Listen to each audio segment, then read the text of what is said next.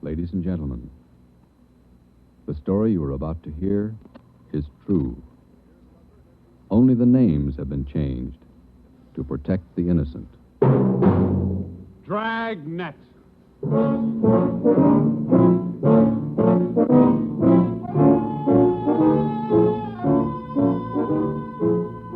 Dragnet, the documented drama of an actual crime, investigated and solved by the men who unrelentingly stand watch on the security of your home, your family, and your life.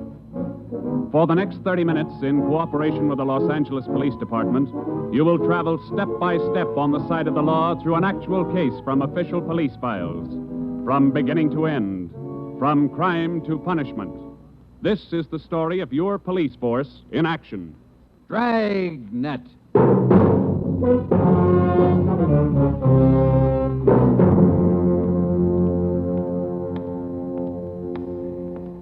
It was Tuesday, March 25th. It was cold in Los Angeles. We were working the night watch out of homicide. Detectives in Los Angeles work in pairs. My partner's Ben Romero. He's a sergeant, so am I. My name's Friday. The boss is Ed Backstrand, chief of detectives. I was on the way back from the record bureau, and it was 13 minutes past 11 when I got to room 42. Homicide. That's a hot shot. Somebody grab it. I got it, Ed. At 1245 East Doheny Street, 1, 2, 4, 2 5. officers shot. At 1245 East Doheny Doheny Street, Street. 2 officers. Shot. What have you got, Friday? Read it. 2 officers shot. Where's Romero? Right here, Skipper. Okay, you've got one to roll on. Get going.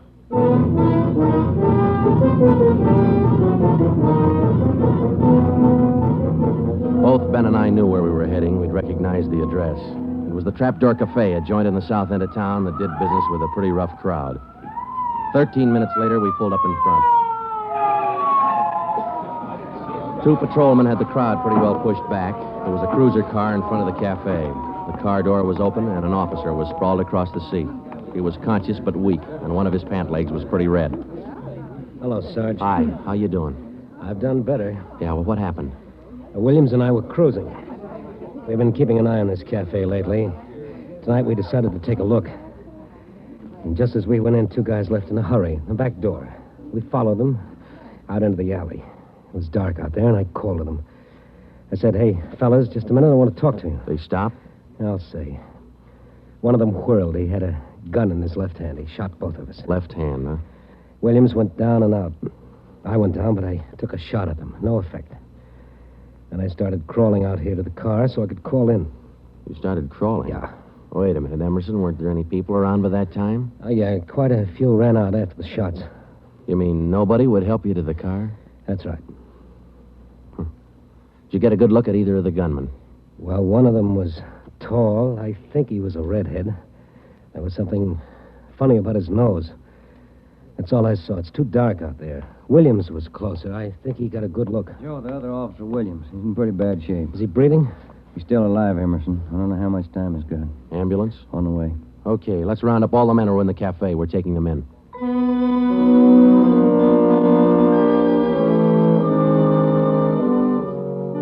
We took all the men back to the city hall. There were 23 in the Trapdoor Cafe at the time of the shooting. We questioned all of them. One of them said there had been a redhead in the place, but he couldn't describe him. Ben and I left the interrogation room, and we went back to the squad room. Friday, Romero. Got a minute? Yeah, Ed. Come on, Ben. Sit down. Okay. Did you get anything from those people you questioned? Nothing we could use. How's Williams? It's pretty bad. When do they operate? As soon as he comes out of shock.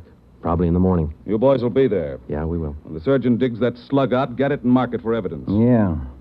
Skipper, them 2 men shot without asking any questions. They must be hot. Yeah. Same thing occurred to me. When we get that slug, the ballistics can tell us whether that gun's been used on other jobs. We got enough of their modus operandi to have the statistician give us a run-through on the IBM now. One of them is left-handed, and he shoots quick. Okay, be in surgery tomorrow morning at 9.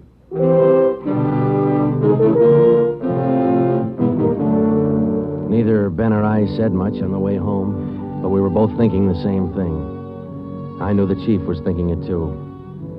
Here were two men who'd shot a couple of police officers without asking any questions.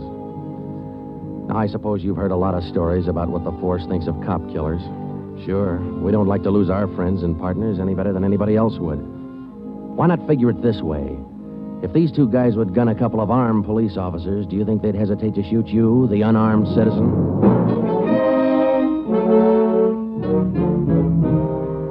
The next morning at 9 o'clock, Ben and I had scrubbed up and we were in surgery. Williams was on the table. The surgeon started in. A lot of minutes later, he got the slug. As for Williams, they took out 7 feet of his intestine and said he might pull through.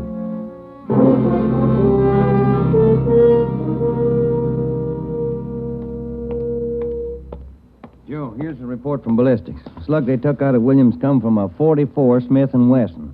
The same gun was used in a liquor store killing about a month ago. You call the statistician? Yeah, She's running all the cards on previous shooting through the IBM machine. She ought to be through about now. Let's take a look. Okay, come on. Hi, Helen. Just a second. Okay.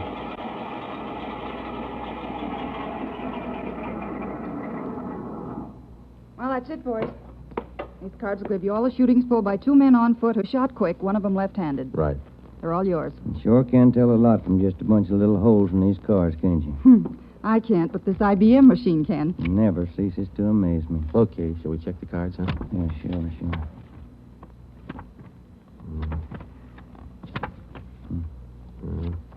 Wait a minute, Ben. Here we are. Huh? Yeah. Here's that liquor store killing ballistics tied the Smith & Wesson in on. Same gun that Emerson Williams was shot with? Well, it checks out. The liquor store was in the same neighborhood as the Trapdoor Cafe. Same gun, huh? Got to be. How long ago? A month ago, yeah. Ben, take the DR number off this card and let's pull the crime report on that job.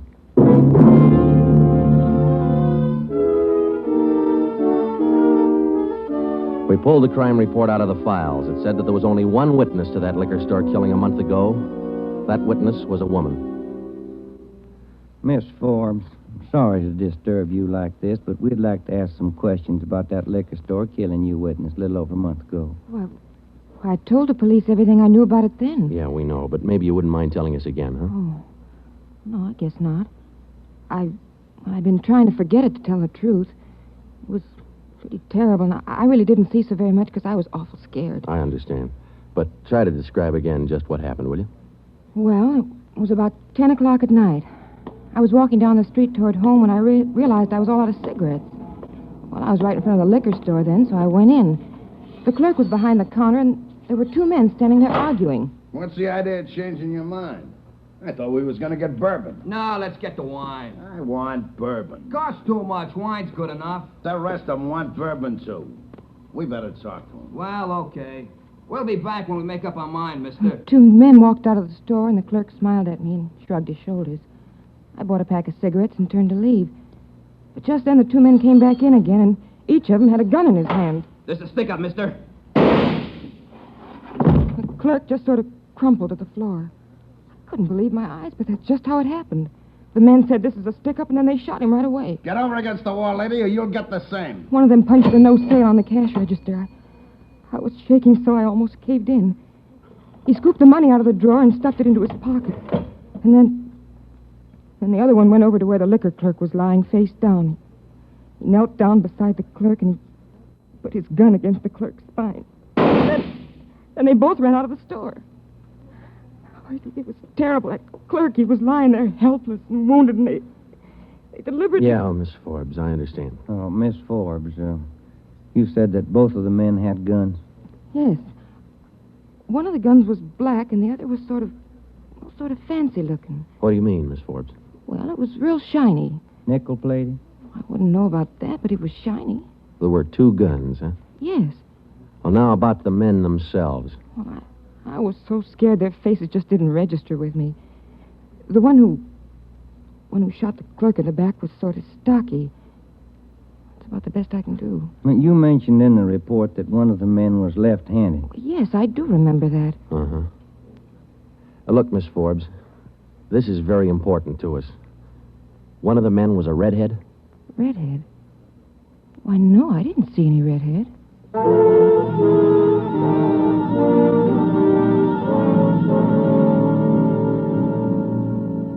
Skipper, me and Joe's run right smack into a stone wall on this thing. What's the complication? Well, there's more than one, Ed. In the first place, we know that the .44 Smith & Wesson was used in both shootings, but the descriptions of the men involved don't check. Police officer Emerson said he thought the man that shot him and Williams outside the Trapdoor Cafe was a tall, left-handed redhead. Said there's something funny about his nose. You think Williams got a better look at him? Well, probably did, but Williams isn't strong enough to talk yet. And a girl that witnessed the liquor store killing a month ago said that one of those men was left-handed. But she said neither of them was a redhead. And on top of all that, now we've got 2 guns to worry about. The girl mentioned 2 guns, so we checked the autopsy report on that liquor clerk. And, Ed, the bullet that actually killed him came from a .32-20, not a .44 Smith & Wesson. That fact didn't get any publicity at the time, did it? No, it didn't. Okay. We won't give it any publicity now either. We'll allow down it's just the .44 Smith & Wesson we're after. Because if whoever owns the .32-20 finds out it's hot, we'll never get it. Anything else? Well, we sent teletypes to all outlying stations in neighboring cities. Told them if they get any red-headed suspects, no matter what charge they got them on, to hold them for questioning. Yeah. Now, how about this .32-20, the actual murder weapon? Any leads on it? We've got one, Ed. We've been checking the records, and we discovered that 4 hours after the liquor store killing, a taxi driver in the neighborhood was shot and robbed. Slug was pretty well mashed, but there was enough to tell it was from a .32-20. So we're going over to question the taxi driver now. Good. Well, I think you boys are on the right trail. So far, what we've got is mostly unrelated facts, but sooner or later, those facts have all got to tie in at some point along the line. Find that point. Yeah,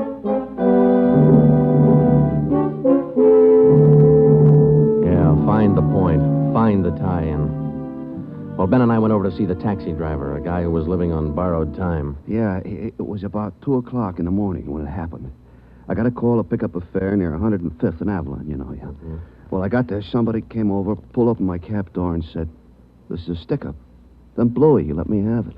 Just like that, huh? Yeah, just like that. Same deal as others, Joe. Itchy trigger finger. Yeah. Did you get any kind of a look at the fella? Look, no, it's too dark. Uh-huh. Hey, according to the report, you got shot in the chest. Yeah, that's right. Oh, you're maybe wondering how come I'm still alive, huh? I'll tell you, pal, it's like something you'd see in a bad movie, you know? I'm carrying a few silver dollars with me, 9 of them to be exact. So I decided to stick them in my breast pocket.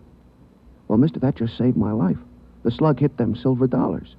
It's one for the book, huh? Yeah, you said it. Well, thanks very much. Say, incidentally, we had a little trouble finding you today. You weren't at the stand you operated out of last month. Oh, look, I'm not only not at my usual stand, I'm not driving a hack no more. Oh? Look, after what happened, are you kidding? No, I don't want to push my luck any further than it's been pushed. Yeah, I figure I had it, you know?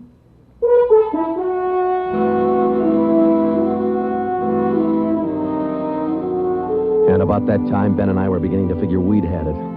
We were getting nowhere fast. We had a few informants nosing around, but so far they hadn't come up with any leads. Well, Ben and I followed up all the teletypes that poured in. We just got back from Santa Ana, where we'd been questioning a red-headed suspect, and we'd flopped in the squad room when Chief Backstrand's door opened. Friday. Romero. Got a minute? Yeah, Skipper. Any luck with the Santa Ana Redheads? No, none at all. I guess you haven't heard the latest. We just now got back in town, Skipper. Early this morning, another cab driver got shot. What? Yeah. Man came up to his taxi, opened the door, said, "This is a stick-up," and shot him. Bullet went through one leg and into the other, but the driver managed to start his cab and drove over to a cafe. He called in from there. Boys recovered the slug? Yeah. It came from the same .44 Smith & Wesson that was used in the other 2 jobs. The cab driver get a look at the gunman? Yeah, briefly. Was it the redhead? No. Well, the stocky guy. He wasn't red-headed and he wasn't stocky. That's all the driver knows. Well, that's great. Skipper, this is beginning to sound like a Gun of the Month club. You reckon somebody's renting them guns out? Well, they're passing the guns around all right, but I think they're working together. The way they operate indicates that. Yeah, the trigger-happy routine. Killing is apparently more than a business to them. It's pleasure, too. That's why we've got to get to them fast. Come over here. All right. Come on, Ben. Here. Take a look at this map. Uh-huh. Here's the Trapdoor Cafe, and over here's the liquor store. And down here is where the first cab driver got shot. Mm-hmm. Right here's where the second one got it. All of the shootings have taken place within an area of 10 square blocks. Okay. Tonight we're going to throw a blockade around that whole area. Good. It'll go into effect at 10 p.m.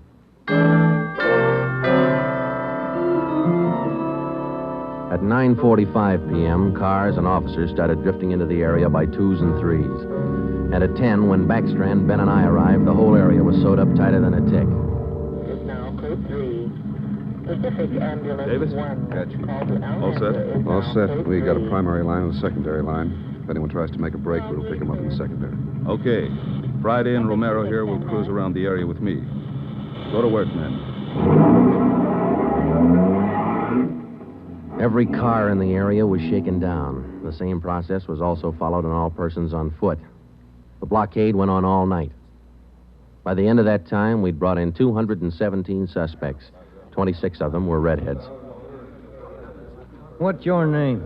Henry Wagner. Where do you work? Lumberyard. Which one? First star. What time did you get through work last night? About 6, I guess. What'd you do then? Had some dinner. Where? Harry's Grill. And what? Shot a little pool. Look, I tell you, I ain't done nothing. Now, let's go back to the day before yesterday. Did you work at... And that's the way it went all day long. We shot question after question at them, working them gradually back to the days on which the shootings had taken place.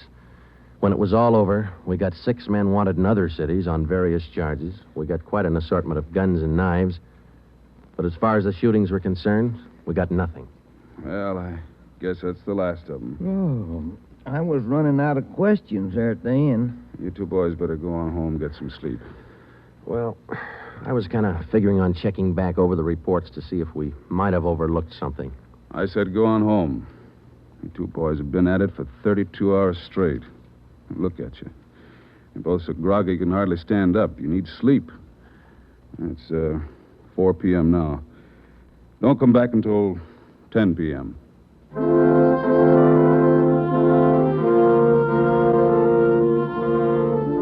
When I walked into the squad room at 10, Ben was already there. An informant had just phoned in a new lead. He told Ben he'd heard about a gang that had been hanging out down around the DeVere bungalow court in the south end of town. We knew that the DeVere was close to the Trapdoor Cafe, so we went over to talk to the manager. Joe, I've been meaning to ask you. You checked on how Williams is getting along? Yeah, I did. I called the hospital this afternoon. It's going to be all right. Oh, that's fine. Well, here we are. Yeah, manager's office. Still got a light on.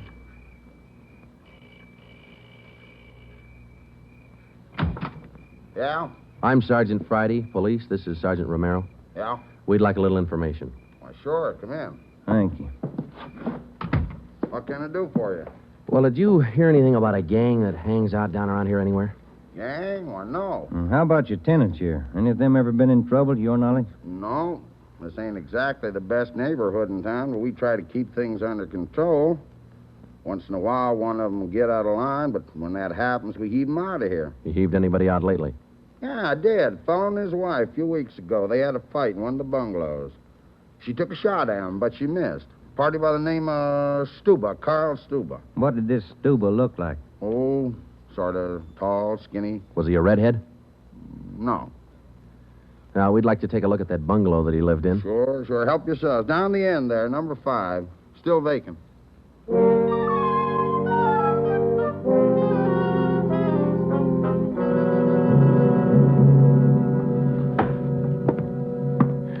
Well, I guess that does it. Stuba didn't leave a thing behind. Matter of fact, we don't have anything to prove that this Stuba's tied in at all. We're only working on a hunch. Hey, Joe, look. Where? Up on the wall there, just by the window. Oh, yeah. Yeah, that plaster there, it's newer than the rest. You got a knife? I sure have, boy, and I'm carving. That manager'd be awful unhappy with me if he was here. Yeah, he would. Yeah, it must... Hey, Joe, here it is. A slug. They plastered right over it. Okay, dig it out, and let's hope it matches.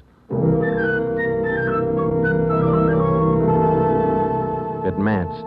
The slug from the wall came from the same .44 Smith & Wesson that had been used in the other shootings. So now we had a name to work on, Carl Stuba. But he'd done a good job of dropping out of sight. Well, the next day, Ben thought he had another lead. I've just been talking to another informant, Joe. He says he heard that there's a fella down in that neighborhood been trying to sell a gun lately. What kind of a gun? Nickel-plated with steer horn handles. Nickel-plated? Well, maybe that's our .44 Smith & Wesson. Maybe. Did the informant know who this man was? Said the feller's name was Alonzo. Yeah. Alonzo who? Just Alonzo. That's all he knew. So now we had two names, Stuba and Alonzo, but no men to go with them. So we went back to making the rounds of the substations, interviewing red-headed suspects. We took a few of them to Williams, who was home from the hospital by now, but he couldn't identify any of them as the man who shot him. Still, we kept checking. Finally, we got around to the 77th Street station. We questioned the suspects they were holding there, and we just started to leave when one of the officers called us. Hey, Sarge, we're holding somebody else you might want to look at.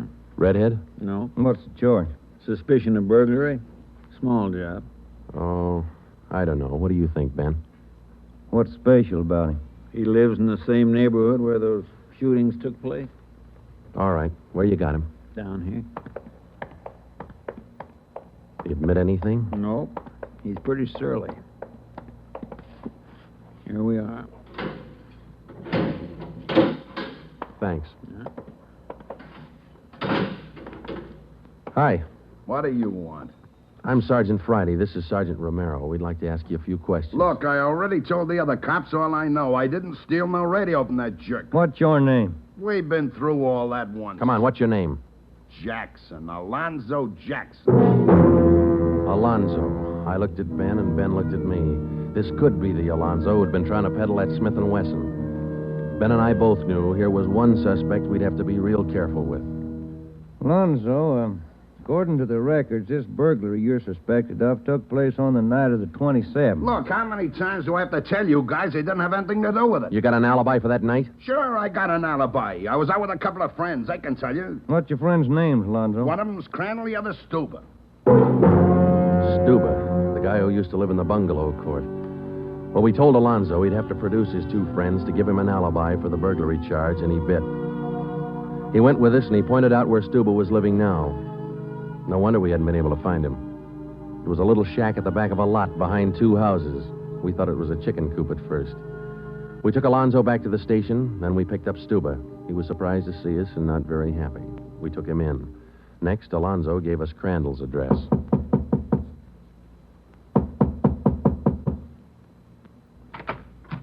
Yeah? Mr. Crandall in? No. Will he be back soon? I don't know. Who are you? Sergeant Friday, Sergeant Romero, police. What do you want with him? Oh, nothing important, lady. We just wanted him as a witness. Oh. Well, I don't know just when he'll be back. Probably an hour or two. Okay, thank you.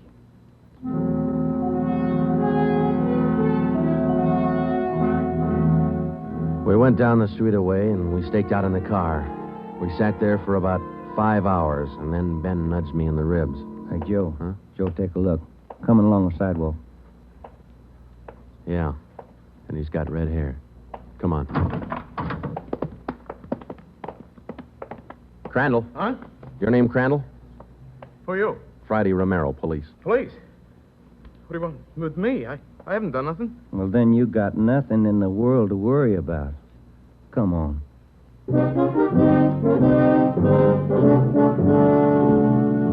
We questioned Crandall for an hour, but he wouldn't give an inch. Denied everything. Then we put him in a car, and we drove over to Officer Williams' house. I left Ben in the living room with Crandall while I went in Williams' bedroom. Hello, Sarge. Hi, Williams. How you doing? A little better, I think. That's fine. Look, we've got another redhead outside. Bring him in. Okay. All right, Crandall, come on in here. Who's in there? Why'd you bring me over here? Come on in here.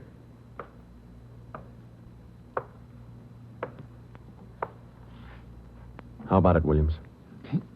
That's the guy. No, I'm not. That's the guy that shot me. Well, Crandall? No. Yeah. It was an accident. I didn't mean to shoot him. It was an accident.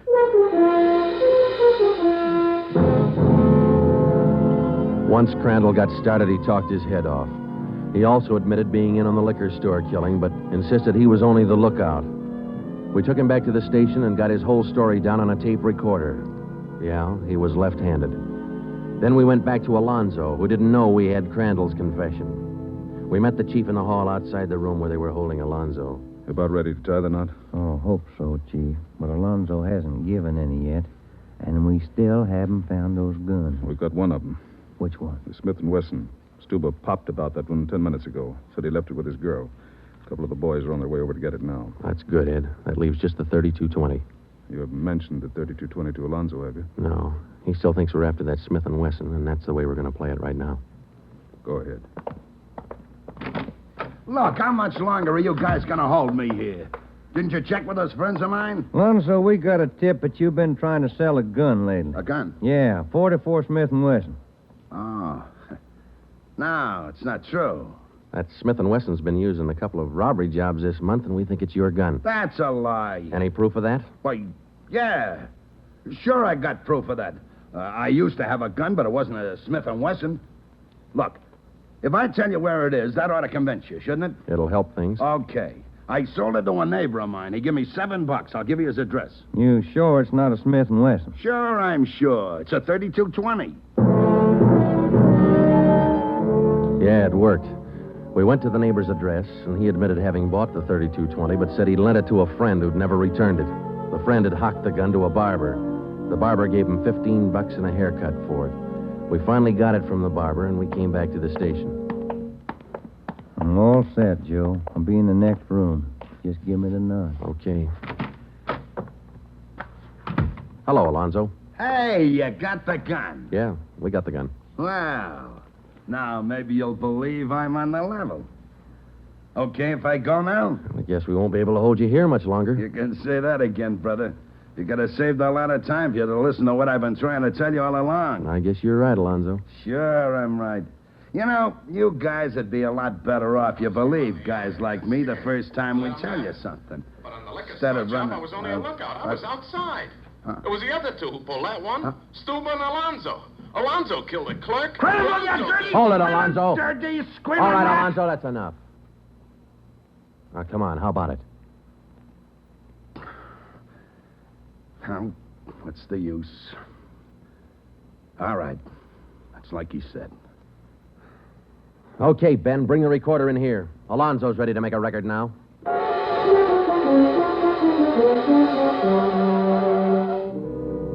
By playing back Crandall's statement that we'd recorded earlier, we got a full confession from Alonzo. We took the three of them out and had them reenact the 4 shootings, and we photographed it on sound film. Crandall, the redhead, was the one who'd shot the 2 police officers, but he was only the lookout for the liquor store killing, which explains why the girl witness didn't see him in the store. Stuba and Alonzo were the ones who pulled that job, and Alonzo, the worst of the bunch, was the one who put the 3220 against the spine of the wounded clerk. The 3 of them took turns at shooting the cab drivers and robbing them. That accounted for the mixed-up descriptions, including all that left-handed business. 2 of the 3 suspects happened to be left-handed. Well, that was the crop. Crandall, Alonzo, Stuba. 4 shootings, 3 robberies, 4 attempted murders, 1 murder. The 3 men were tried and convicted. They're all in the state penitentiary. Crandall's there for life. Alonzo and Stuba, they'll be executed next week. File it, will you, Ben?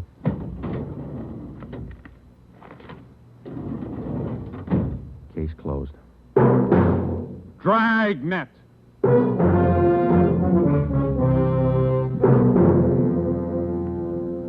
The story you have just heard was true. Only the names were changed to protect the innocent.